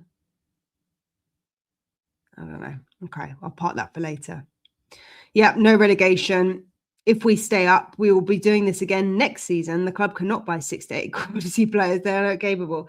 Hey, JB COYS, welcome back to the live stream. Yeah, we can't. Yeah, we could buy. We can buy 6 to 8 quality players. What we can't do is buy them for one system. That's the problem we have. Spurs spend money. We spend money. We buy players. We just don't spend well. We do not spend well at all. We spend money on players which do not fit a system because they are club signings and they are just players who could fit into any team. But then when it comes down to it and it comes to game day, you're putting square pegs in round holes. You know what I mean? Like, that's the difference. You buy 6 to 8 quality players, but who are you buying them for? Who is the manager? What is the system you're buying them for? Because it's all very well buying players, but like buying Conor Gallagher, but what for? What for? To play him right wing? You know, to play in midfield, to then play him in the 10, to then playing as a defensive midfielder, to then play him on the right wing. I mean, whoever you buy, you're not going to get the best out of these quality players because you're not bringing the quality out of them. You're making them worse. Like, we are literally making players worse. Yeah, it would be catastrophic. It would be catastrophic. Zuckerberg, is he? Do you know what? Spider-Man, he can buy Spurs. Ronaldo must have some pocket change. He just bought a club, didn't he? Or he just bought some shares in where did Ronaldo just buy shares? He just bought some shares in a club, didn't he? No, it's all right. You can use names. I don't care. It's fine. It's fine. Look, if people want to come out and say stuff publicly in the same way that people would say that I talk rubbish, you know what I mean? Like, you give it, you take it. It is what it is. I'm learning this game of YouTube. It's a funny place to be. Oh, are we almost up to? Please do like, subscribe, comment, share on the channel. What are we up to? Are we close? What are we up to? Come on, guys. What are we up to? We are 20 people away from 3,000 subscribers on the channel. 20 people away. How crazy is that in 2 months? Imagine. Come on, guys. Hit the subscribe button, hit the like. It does help the channel. We can de-stress together. Wiz Khalifa. You guys are funny. You do crack me up sometimes. But yeah, thank you very much. I don't know how we've done it. I think Spurs. Do you know what I was saying? I think if Spurs was rubbish, then yeah, this wouldn't have been the same situation, would it? It wouldn't have been the same situation if Spurs were rubbish. But that's the unfortunate event. But I'm glad I've been able to give some people some solace, I guess. I don't know. People are asking me, why did you become this content creator? I don't know, guys. I had a calling, and this is why I've got this uncomfortable feeling that we're getting relegated. I don't know. I don't know. Do any of you fellow Spurs fans know what it was like last time when Spurs were relegated? Because I was there. And interestingly, Andrew, I don't know if it is interesting or not, but I was speaking to my dad about this earlier, who seemed to become my muse. So thank you very much, seat next door. But yeah, my dad was saying that last time Spurs got relegated, it was an aging squad. And so when they went down, they were able to rebuild the team, which is why they had such a big comeback. But we don't have an aging squad now. We have a mismatched squad. And I even think that now, because of social media, the virality and the negativity around the club, to the extent that we're getting bans across Europe, to the extent that fans are doing Nazi salutes and all of that nonsense, I think that, that serves us to say that we're in an even worse position than perhaps we got relegated last time. I don't know what you guys think to that, but I think the situation now is worse. I just think there's so much more external noise. And also it was different in the old ground. You had less than 20,000 people, going to games. Now you have like 60,000 people. So the noise, just even in the stadium, is just so much worse, Like back then, I'm sure if someone missed a goal, everyone would have been like, oh, that's terrible. But now it's like, the whole noise, everything, the echo chamber is just so strong that I think it would actually be even worse if we got relegated now. I mean, I don't think I was alive to see the last relegation, but there's been some uncomfortable periods that I have been a Spurs fan for sure, but this is definitely the worst by a long way. I was brought up in ultras culture. Our ice hockey team was relegated and we still had the loudest and most consistent atmosphere all the way back up and beyond. So I'll cheer us no matter what. I hope you're in the stadium, Wick's thoughts. I hope you're in the stadium. I hope you're in the stadium come game day, because we need more fans like you. I think that the stadium's going to be empty this week. Steve Bruce incoming. I've heard Sam's coming. I've heard Big Sam's coming. Who is going to come if Igor Tudor gets sacked? I mean, we're not down yet. Win Thursday. No, I agree. Look, you're not, we might be down, but we're not out, right? We're not out. We're in it until the end. You just got to see every game out as if we did play the game yesterday as if it was a cup final, with Vicario going up for the corner.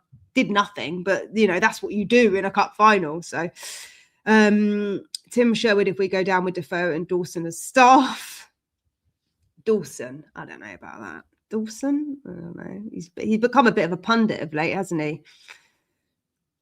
I don't know if I agree with everything he says, or Tim Sherwood for that matter. Please, on Thursday, play Sousa on left back.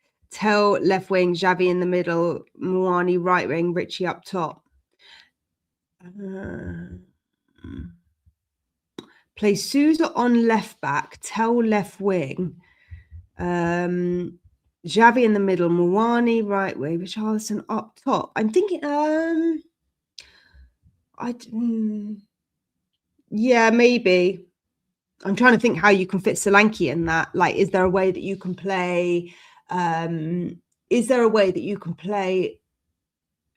Tell and Richie and Solanke? I don't know if there is. I don't think there is. I think all the players are too similar. That's the problem as well. All the players are so similar. They're all mediocre.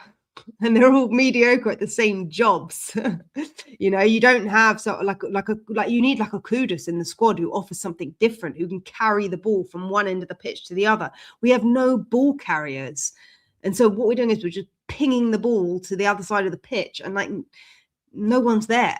No one's there, or the kick is just pathetic. A bit, Vicario and Dragusin just pinging balls into the edge of nowhere, like literally. So you just need a baller, and I don't think any of those players are ballers. I don't think any of them are strong enough to protect the ball and to carry it up the pitch. That's me personally. But sure, play it. Play Sousa left back. Why not? You might as well. At least he's a left footer. You just might as well play him, Just putting square pegs in round holes is even worse. Does anyone think that Poch is coming to work for this bunch? Money talks. Money talks. And you know what? If Pochettino was given 20 million, we'll give you 300 million to buy the players that you need, the players that you want. You stay in the Premier League, buy whoever the hell you want. You get absolute control out of everything. I'd do it. 100% I'd do it. tough gig. But Pochettino, if anyone, he's seen it before. Pochettino, if anyone, he has seen it before, and he knows. He knows what's going on behind the scenes. It's even worse with someone like Igor Tudor, because he's just learning this for the first time. At least Poch is well versed in it, isn't he? Yes, I have. Dan COYS. Have you seen the amount of tickets up for sale? Yes. I know it's Thursday night, but over 200 tickets where I sit in my section on sale. I have a feeling I'm going to be the only one in the stadium. I have a feeling I'm going to be the only one in the stadium. And for the Forest game, as some of you know that have been here since the beginning, I go to the game. There's 11 of us when all of us are there. And for that game, there's 3 of us out of the 11 going. So there's like a wedding on that day for people that I go with, but even still, there's 3 of us out of the 11 going. So if that's a reflection for you, to tell you that 25% are going, if you're going to use that metric across the whole stadium, you'd be lucky to get 30,000 people there. Very lucky. I don't think it's going to happen though, because do you know what the problem is? You get away fans buying tickets, you get tourists buying tickets, and so the people in the stands, they'll be Palace fans. People think that the stadium will be empty. People think that if you're going to, do a march, do a protest, the stadium will be empty. It will never be empty. You're always going to get people who are on holiday, who are visiting, who are tourists, who are going to visit the stadium because it's a state-of-the-art stadium, world-class stadium. You're also always going to get away fans who are going to buy the tickets. And that is part of the problem. Unfortunately, they can't regulate that. They cannot regulate it. And it's not just our stadium, it's all stadiums. City have exactly the same problem because they can't shift their tickets. And City, look at how they're doing. But Tottenham, unfortunately, just because we're in London, because of the situation, people will always buy tickets. They will. You'll always get people going to the game. So I'm not surprised there's 200 tickets. I would even be surprised if there's more than that, because season ticket holders can't even be bothered to sell their tickets because they know no one's going to buy them. And so people haven't even bothered putting them on the exchange. They've just kept them. They've just kept the tickets. How can we afford our stadium as a championship side? It's called debt. It's called debt. That's how you afford it. You leverage debt. And we are already in a lot of debt. So it probably just means that the interest rates probably go up even more. I don't know whether those interest rates are locked in, but just don't buy the players and then you pay off the debt quicker. That's the answer. Maybe that's what we're doing now in preparation for it. Who the hell knows? Kota Takai. Fantastic. Can't wait to have him back. Legend. Sorry, but he's not going to change. He's not a game changer. Just sell him. Why do we buy it? Why are we buying Kota Takai?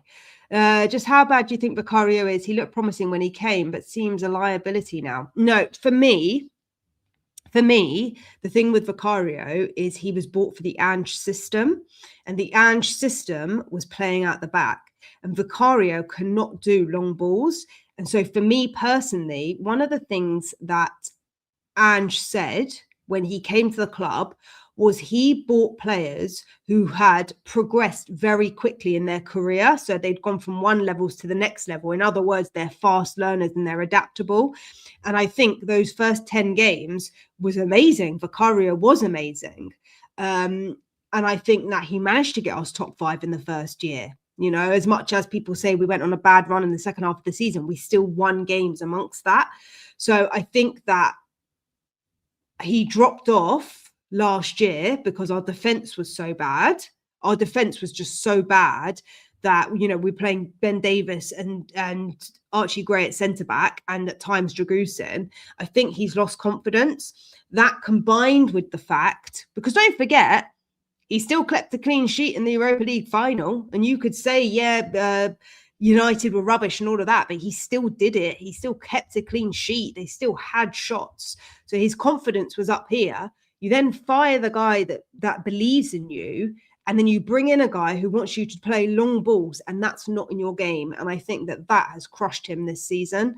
And that became, he has had a couple of clean sheets, but I think just when you get to a point where your morale and your confidence is so low, you just can't get out of it. And unfortunately, because his distribution of the ball is so bad and we're not doing passing out the back anymore, his game's gone. that for me is why. You let me know whether you agree or disagree with that, but I just think that he's a good goalkeeper if you're playing at the back, but we don't have the defense to do that. We don't have the squad around him to play at the back, and now we're playing a different team. Now we're playing a different strategy, and this is the problem. We've got loads of players who are playing for different managers, different systems, and the goalkeeper being one of them, and arguably one of the more important jobs on the pitch, because you're only one guy manning the goal. So he's not a long ball passer. He's not. You could see that yesterday. Come on.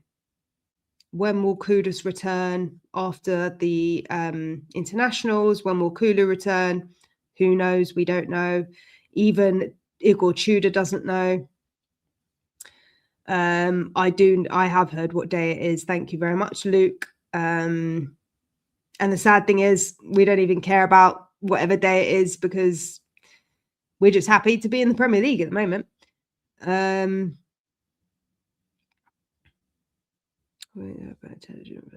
Okay, so if we buy 6 players, they will not fit, and we will still be 16th most of the season. Don't want relegation, but we need an event to shift ENIC.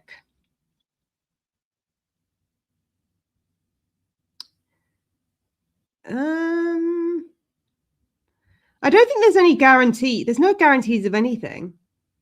There's no guarantees of anything in life. There's no guarantees in football. There's no guarantees in anything in life. You know, you can buy 6 players. They could be worldies. You can buy 6 players and they can be absolute rubbish. Like, it's complete roll of the dice, you know, but at some point you've got to rebuild a squad. And we started that rebuild under Ange. We started doing it, but then we didn't reinforce it. So then what happened? We started again. That's what happens to have a rebuild. What does a rebuild mean? It means that you first year, you finish 5th. Second year, you get into European football, but you reinforce the squad. You don't buy 3 kids. You get into Champions League. What do? You sack the manager. Well, that's not a rebuild. The opposite to that, the uncomfortable thing is that you buy 5 new players. You know, you get rid of players like Bissouma, which are still on our books because he had a disciplinary problem, and then you reinforce the squad that way. You know, but that's not what we did. That's not what we did. So, yeah, it's a catch-22 situation.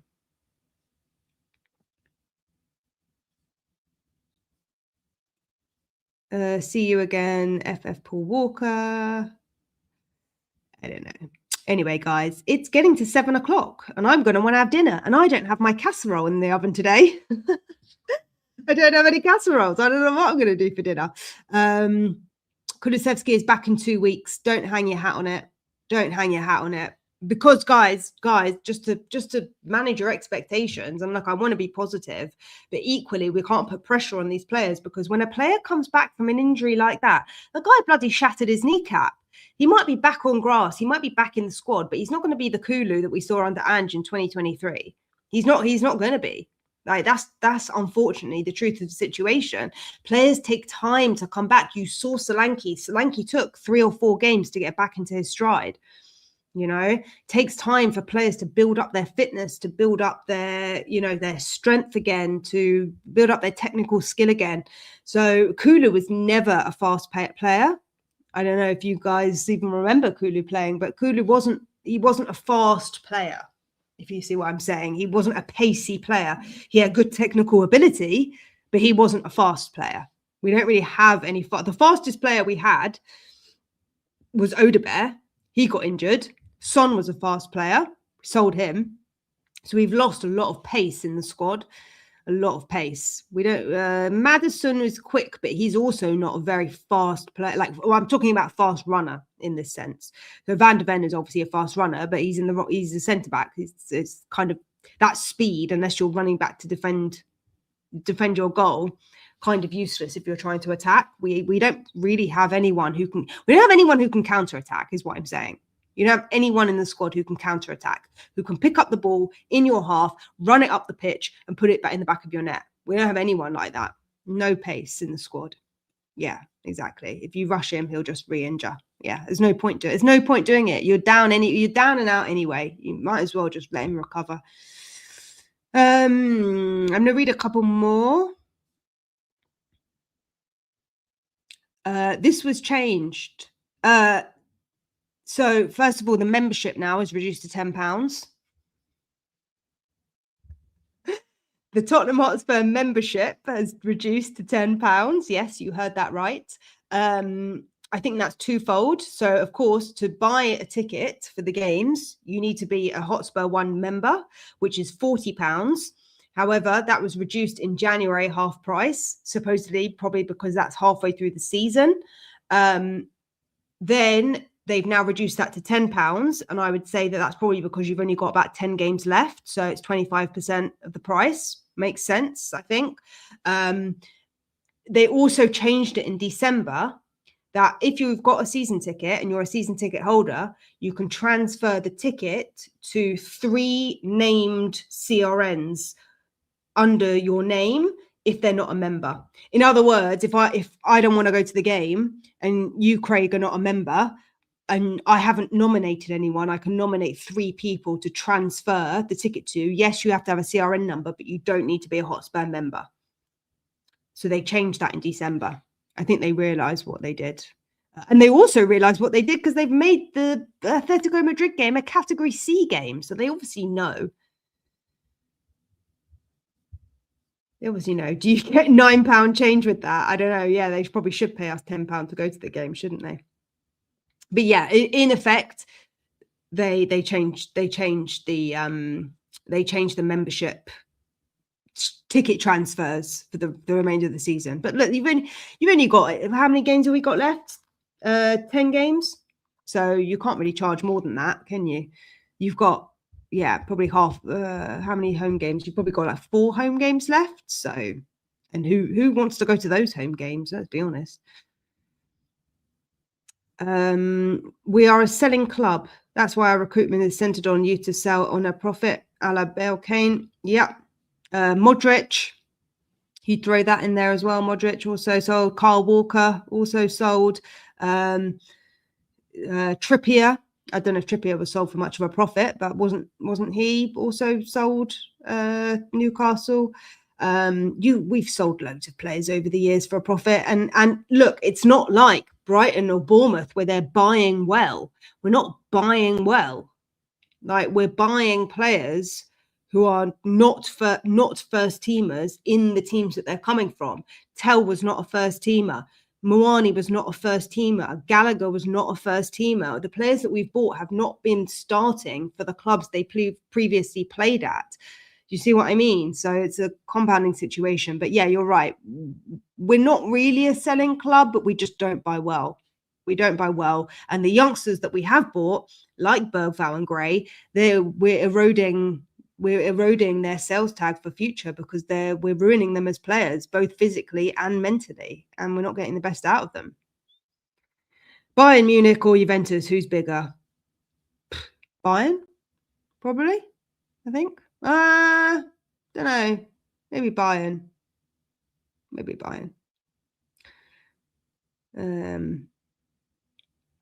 Alvanit, you're back. Right, guys, 7 o'clock.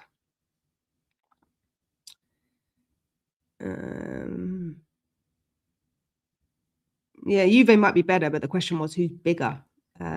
I don't know. We haven't sold for profit in a long time. Exactly. Look, Brennan Johnson, we just about got the return for him, and we're lucky that we did. Because can you imagine if Brennan Johnson, I know everyone was moaning about Brennan Johnson, but can you imagine if we played Brennan Johnson to the end of the season, we finish 16th, we wouldn't have got 30 mil for him. We wouldn't have got 30 mil for him. Definitely not. You'd end up sending Brennan Johnson for like 20. How the hell Archie Gray is still like 35 million? I'll never know, but crazy. And then you've got Mickey van der Ven, who's not even on a high salary.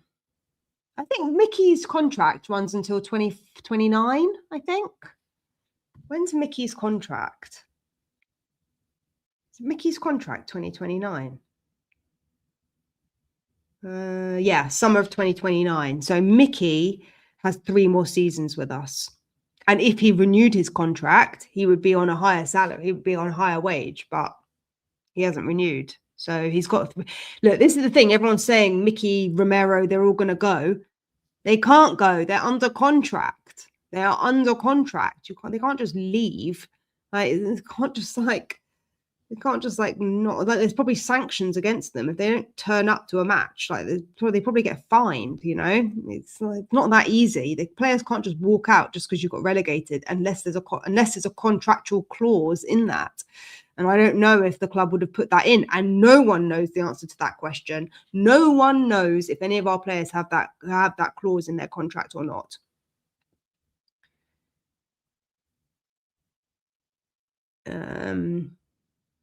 I think we are bigger than Newcastle. Maybe. I think they're both massive clubs. I think that the sad thing is that a lot of the next generation won't want to support Spurs. That, if anything, will be the reason why we lose a lot of Spurs fans and why we don't grow as a fan base. You know, because you need the next generations. And why would the kids these days want to support Spurs? It's a tough gig being a Spurs fan, you know. Right, guys. Okay. Good evening, all. Exactly. Yes, Richard. I am off to go and make some dinner. See what happens with that one. But tomorrow, let's see what tomorrow's news brings. Of course, the press conference already for the Palace game, which is going to be on Thursday, is going to be tomorrow, from what I understood. So the updates about who is injured, who is fit, we should hear that tomorrow. However, of course, it's only 2 days since the last game. So I don't know if we're going to hear too much about Jed Spence, but let's just hope that Igor Tudor is going to change something. But I'm interested to hear how this managerial conversation unfolds, because I'm the last person that wants to see a manager get fired. However, we've got to get the best out of the squad because we can't get relegated. So bit of a catch-22. I'm sorry if this stream has been a bit back and forward, but look, testing times. I guess what we'll be watching out for now is the club going to get more fines for the comments that Tudor made, you know, and what's the fallout going to be? I'm interested to see. Vicario's been so quiet. Of late. He really hasn't come out in the public domain and said anything. And Vicario was the guy that was coming out quite a lot in presses. So I don't know, maybe he's lost a bit of confidence and he doesn't want to come out and speak about it, what's going on behind closed doors. Maybe there was a massive fallout between Kinski and him, because Kinski was back on the bench yesterday. And we don't know why Kinski wasn't on the bench in the Arsenal game. Why was Kinski not on the bench in the Arsenal game? We heard speculation that he was injured. We never heard how he was injured or why he was injured. Then he comes straight back in for this game on the bench. Very bizarre situation. He hasn't been captain for us. So I'm just wondering whether this is a Kinski opportunity, but we'll see what happens. So, guys, chins up. Oh, congratulations. Member for a month. How exciting, John. How exciting. How crazy is this? 2 months. 2 months. Crazy. Please do like, subscribe, comment on the stream, subscribe to the channel, because we are so close to 3,000. So close. But yeah, John, one of our members who's been with us for a month. So congratulations. I need to check the badges because I think I changed the badges from a month, but let's see. Kinski isn't good enough, maybe. Yeah. David Ornstein said all Spurs players just have a clause that drops their wages by up to 50% if they go down. And can I tell you, okay. This is a bit left, I know, but for those of you that are back on here listening to this, just to tell you as well. So this is a bit random, I know. But from a financial perspective, okay, this is going to sound crazy, but let's say a player is on 100 grand a week, just for the sake of it, right? 100 grand a week, which means they're on 400 grand a month. Typically, football, for most people, when they buy a property, right? You buy a property and you have a mortgage, which is like a 30-year term, okay? When you're a football player, because the lifespan and because the working age of a football player is so short, that if you're on a 4-year contract, let's say a player buys a £2 million house, they're not going to put that £2 million house on a 30-year mortgage, right? What happens is they put it on a 4-year mortgage because the contract that they have with the club is 4 years. And I've done some calculations around this, and the mortgage works out something about £60,000 a month. Just to put that in perspective for you. So when you think about, how much money players are making, their liabilities are so much higher. So if their wages were to drop by 50%, the amount of stress that they would go through, like people would be moving houses, they'd have to refinance, like it would have so much implications for the players. Like that in and of itself, forget the club finances, the players themselves would be under so much more financial pressure. That's like a whole conversation for another time. But I just want to put it into context for you, because a lot of the time we think that these players are on extortionate amounts of money. But as to with that, because they're only on a 4-year contract, they're not working for the rest of their lives. So the access that they get to loans and different things like that, it's a very different working system for these high net worth individuals than it is for, you or me or whoever who's just going to get you regular 30-year mortgage. So crazy situation. But I just, don't even know why I mentioned that, but maybe something people haven't even thought about. So was here from day one. We appreciate you, John. We appreciate you. Thanks so much. Wait until we play Atletico Madrid and watch Romero auditioning for next season and Mickey van der Ven for his Liverpool future position. I'm so aggravated by these players right now. Welcome, Susan, to the tribe. I did welcome you earlier, but you weren't here. But I read your comment out at the very beginning, so you might want to go back and watch that. But deep breaths, guys. Deep breaths. Deep breaths. Yeah, exactly. That is exactly what needs to happen now. They need to play out their skins to avoid going down. So that's all we can hope for. Right, guys, I'm off to get some petrol because I hear the oil prices are going up. Crazy world we're living in today. But yeah, heard the oil prices are going up. So better get your petrol, guys, because it's crazy times in the world right now. Not just at Tottenham Hotspur, but yes, anyway. We move. All right, guys, I will see you all tomorrow in the live stream. Chin up. Things have to get better. They have to get better. We've got to believe it. We've got to support the team. We've got to stay behind them. So get an electric car. I don't know. Electricity is probably going to go up as well. But anyway, the conversation for another time. Didn't mean to go so left on that one, but let's see where it will take us. All right, guys, have a fabulous evening, day, wherever you are in the world. We'll see you all very, very soon. Bye for now.